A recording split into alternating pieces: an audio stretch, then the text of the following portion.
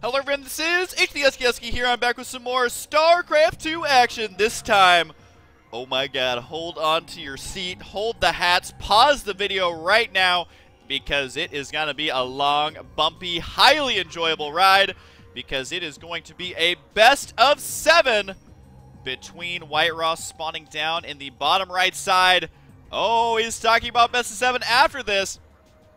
It is indeed a best of 7 up in the top left side. It is going to be Game of Drones, also known as Mr. Dario himself, the little one. So seriously, guys, if you don't have an awesome snack, if you don't have an awesome meal, then you are going to be missing out the experience of a lifetime. I don't know about of a lifetime, but definitely this is something that's going to be a lot of fun. A best of 7 between probably the two most popular players on my channel.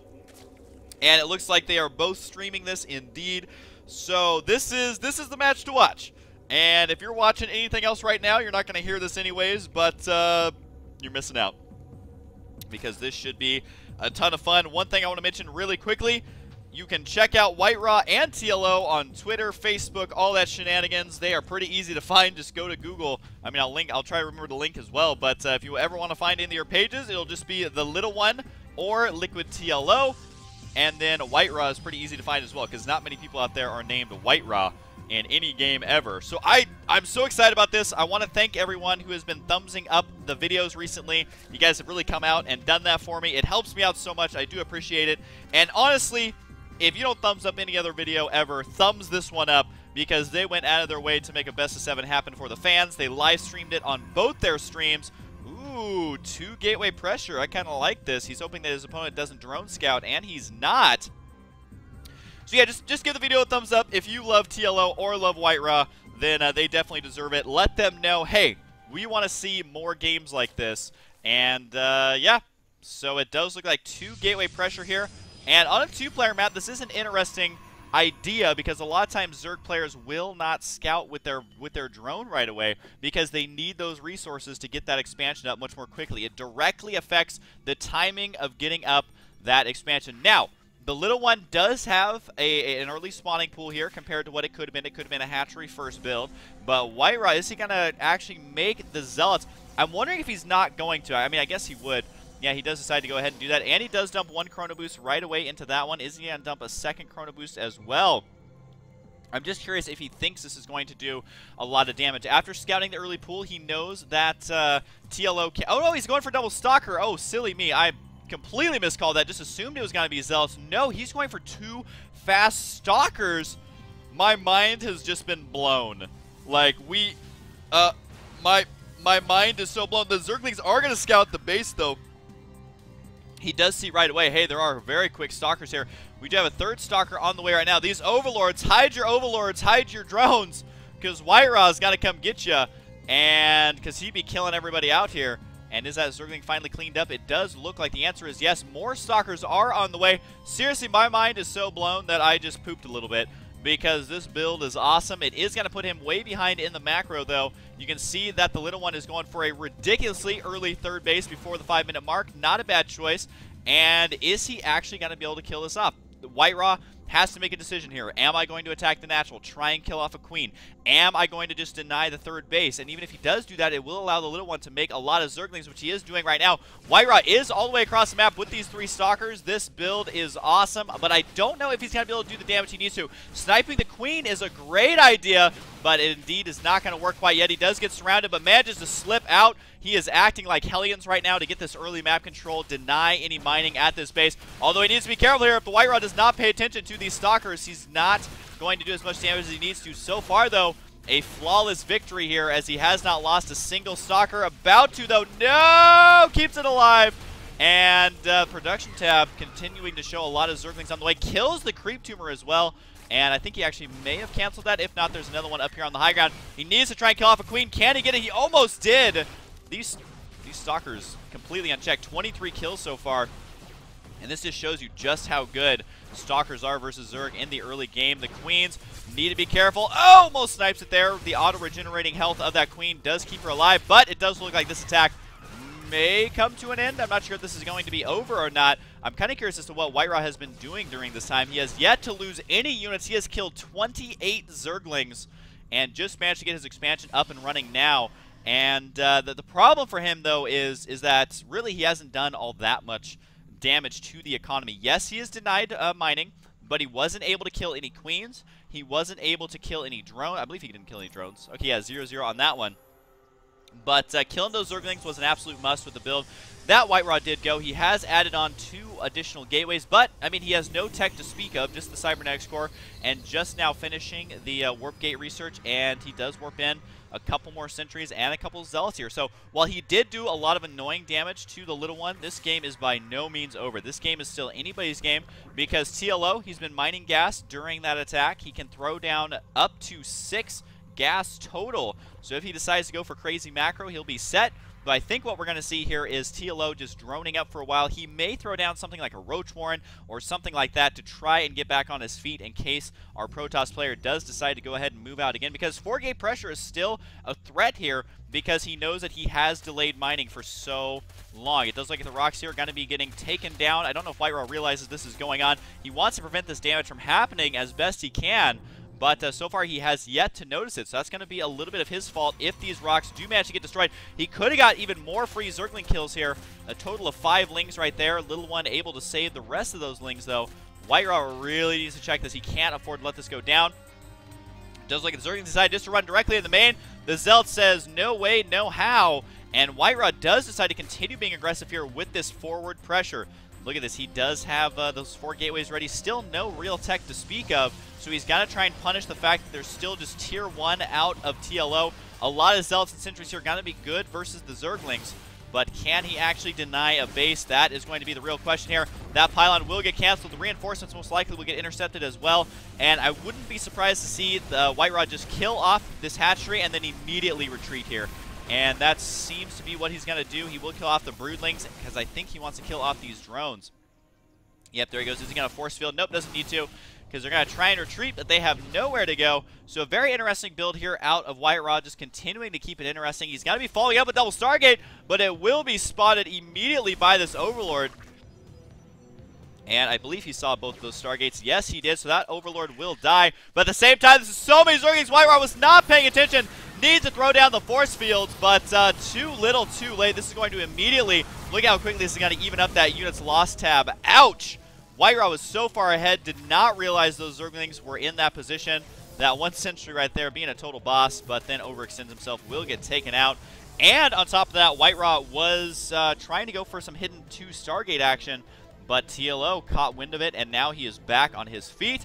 Now, losing a 3rd base's Zerg is very frustrating, so it does look like he is going to go for a Baneling bust, which Baneling is not very good versus Void Rays, but very good versus everything else that Whitera currently has. No sentries here to hold this off, so here comes the Baneling. Zealot's got to try to absorb a lot of the damage. They do take an insane amount from that splash, though. The sentry not set up in time, does throw it down to protect the cannon there, so an interesting choice. And this is where TLO is just going to continually stream reinforcements here. This cannon is going to get quite a few kills, plus, oh no, the Void Rays killed the Banelings, which killed the probes. And now Whitera is just crumbling under this Zergling pressure. He's got to try and finish this wall in, but this probe is stuck right there trying to build it. Can he get it down? The gateway does manage to go down, so the reinforcements are not going to be able to make it in there, but the cannon has fallen. So only the Void Rays here are left to try and kill us off. The gateway very low on HP, but what's even lower on HP is the gateway he just threw down. I think Whitera making a huge blunder in this first game, letting those units get surrounded and then also letting them inside the main base, which means goodbye probes. He's trying to kill off this Baneling so he doesn't lose a ton of probes again. But at this point, it may already be too little, too late. Whitera does need to throw down another gateway here, but he has no income to be able to do that. And the Void Rays, I mean, they can zap all day, but they're not going to be able to kill the Zerglings faster than they're being created. It does look like the little one may go for an expansion here, as he has made a couple of drones. The Zealots are backed into a corner here, trying to do as much damage as they can. They do have the 1 attack upgrade, but it is not enough to hang on there, as it does look like he will get a couple more kills. But the Zerglings focusing down. The Nexus finally holding it off from going inside the main base. Little one says, I have to evacuate here. Units lost is now favoring the little one here. Workers killed is what I'm scared to see. 27 workers killed to 5. We'll go back and check out that attack after this cast is done, but not a good spot for Whitera to be in. And again, he really has no tech to speak of. He's trying to rely on some Void Rays to do some damage, and he's hoping that there's an undefended third base up here, but there's not, as TLO is deciding to play with 2 bases once again, just now expanding to his third down here. This was a really good read by TLO, because Whitera, if he would have scouted the other way, could have killed it off, but I think TLO expected him to scout up there.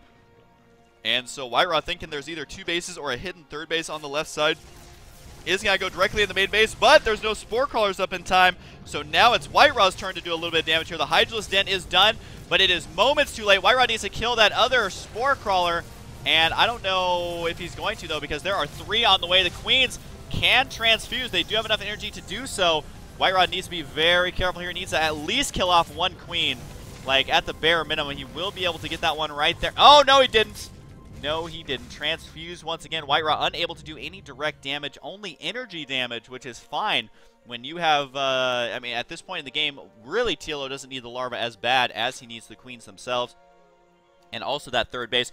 So the fact that Whitera was able to deny a third base for so long, TLO tried to do some, I wouldn't call it all in, but it was definitely going to be difficult for him to recover from the amount of damage he was trying to deal there by making so many Zerglings. So right now, TLO is going to have to make sure to hold on to this third base. He needs to make sure to get some anti-air out, which is exactly what he's doing here. And one thing about Void Rays in this matchup, Phoenix kind of as well, is once the game gets to a certain point, you have to stop making Void Rays. I think that point was right, spot on. Goodbye Overseer right there. That will help reduce the supply count for TLO, or at least, you know, make him have to make more Overlords. And it was smart for Whitera here not to make too many Void Rays. Instead, he's going to be switching really quickly up into Colossus Tech. He does have an Immortal on the way, which this is the right choice, I would say. I think considering the weird situation he's finding himself in, it's got to be a good choice to go ahead and go for that. But what an interesting game number 1 here, as we saw an early double Stalker rush out of Whitera, which was very exciting to see. That got held off by just mass Zerglings, able to kill them off in the middle of the field, but not before Whitera did some crazy damage. He's going to try and go for the gas, not able to get as the Hydras have arrived, and they will definitely kill off these Void Rays if you are not careful. He wants to get fully charged here. You can charge on the rocks. Actually, a really good thing to do is put your Void Rays here, charge them up on the rocks, and then attack. But at this point, ooh, this is a nice play here, blocking this off with the creep. That is so annoying. Although, honestly, Whitera may just go for a 2-base play, but he does have a lot of minerals, so he could spin it on an expansion. Decides that Thermal Lance and Colossus Tech is indeed a better option. Good Overlord sniping going on here, and the Observer is out, so Whitera is extending himself outwards to clean out the creep. You got to remember, a Zerg doesn't really want to save that creep spread. I mean, it's definitely nice to have it, but he's not going to try and be like, oh, I'm getting desperately attacked here. Fungal Growth on the Void Rays. Goodbye, Void Rays. That is the worst feeling ever as Protoss. Not as bad as having Zerglings in your mineral line, though. He is putting them on hold position. Does manage to kill off a couple here and there, and not able to get that last one, but still doing substantial damage. And now that Infestors are out, this raises a peculiar situation that our Zerg player has found himself in, because Colossus with Thermal Lance will completely annihilate Infestors, but, I mean, we saw the Fungal Growth there, able to clean out the Void Rays, so he doesn't have to rely on Hydralisk as much, so now he can tech switch whether he wants to get out Corruptors, whether he wants to continue maybe with some more basic units like the Roach, which I think he did just finish the Roach Warren, but he does decide to go for the Corruptors. I think this is the right choice. Honestly, both these players making very good decision-making throughout this game. The main problem for Whitera was losing that army in the kind of early, just transitioning into mid-game phase when he did decide to push out. But it does look like Whitera going to go for an expansion here. I love throwing down the 2 cannons right here. That's also going to guard these rocks right here. It may even allow him to destroy those rocks so he can protect his expansions much easier.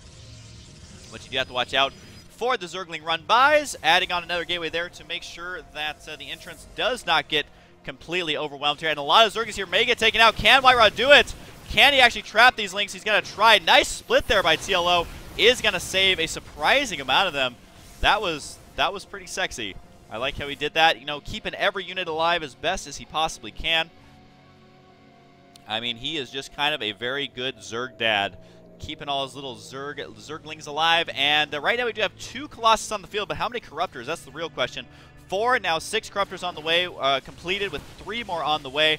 So TLO, the timing of this is perfect. If Whitera was able to get these 2 Colossus out any earlier, then TLO would have been in a lot of trouble. But right now, the game is slowly going to really start favoring TLO here because his upgrades are starting to kick in. He has Corruptors, and there's no way for Whitera to save these Corruptors or the Colossus right now because he has not that much anti-air. Oh, the Immortal gets stuck out of position as well.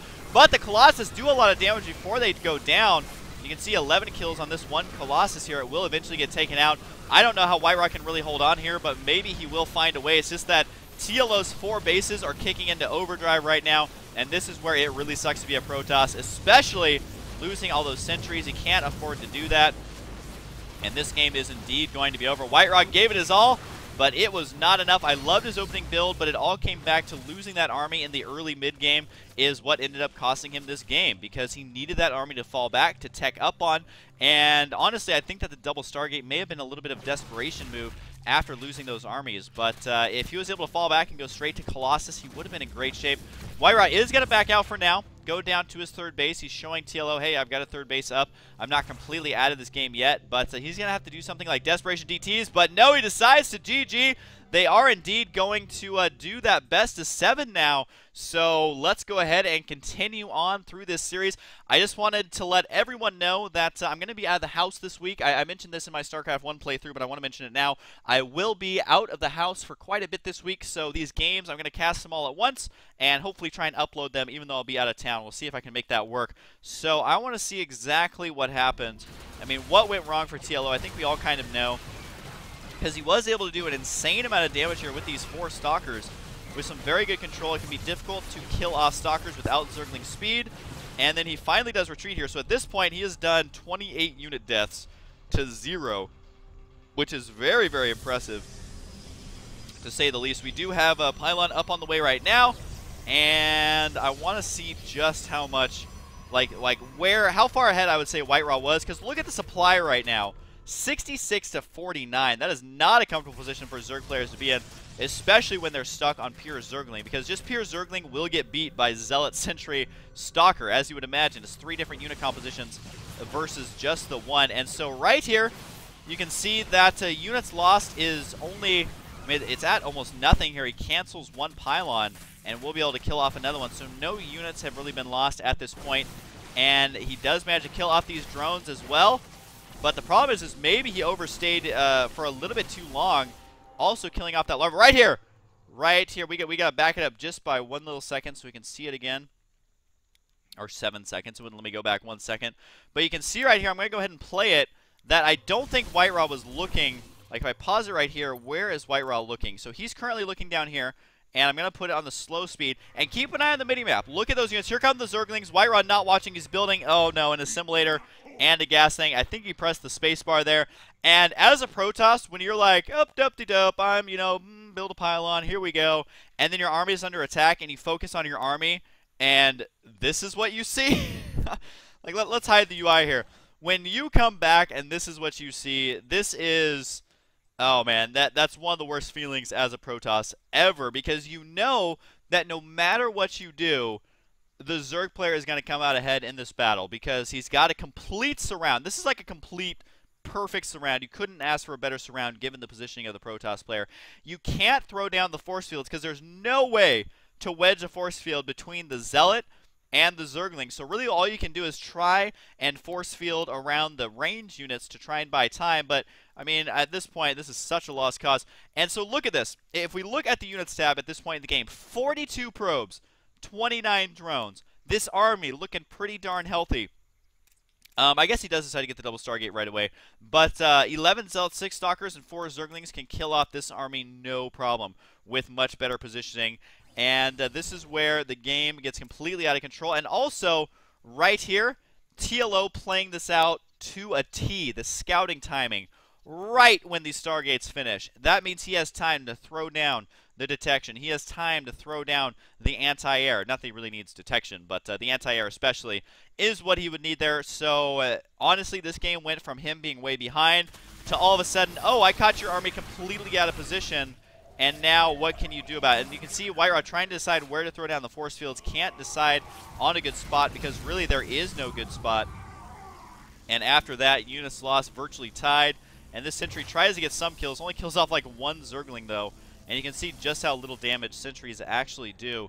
And then right there, goodbye Sentry. That's going to even it up even more. And then since he had scouted the fact that there was Void Rays on the way, that's kind of when Whitera ended up losing it. If he was able to keep these Void Rays hidden, Like, say he threw him, well, I guess down here where it wasn't scoutable as much, but I don't know, he had him hidden pretty well.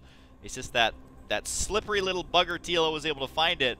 Then if he was able to keep this hidden, then I think he would have been in okay shape. I think he would have been able to take TLO by surprise.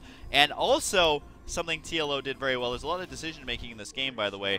One thing he did very well was set his third base over here instead of on the right side, because a lot of players get in this mindset where if they lose something, they just look at, okay, well, when can I rebuild that exact thing I had? And that's kind of a mistake. It can be tempting to be like, oh, I expanded here before, let's do it again. And right here, oh, this poor, no, Whitera focuses it down with the Void Rays. It kills so many probes. I cannot believe TLO was able to take this game. He was so far behind, but with perfect decision making, time and time again, was able to take it. So the best of 7 is currently 1-0 in TLO's favor. We're going to see what happens in game number 2. Hope you guys enjoyed, and I'll see you guys next time.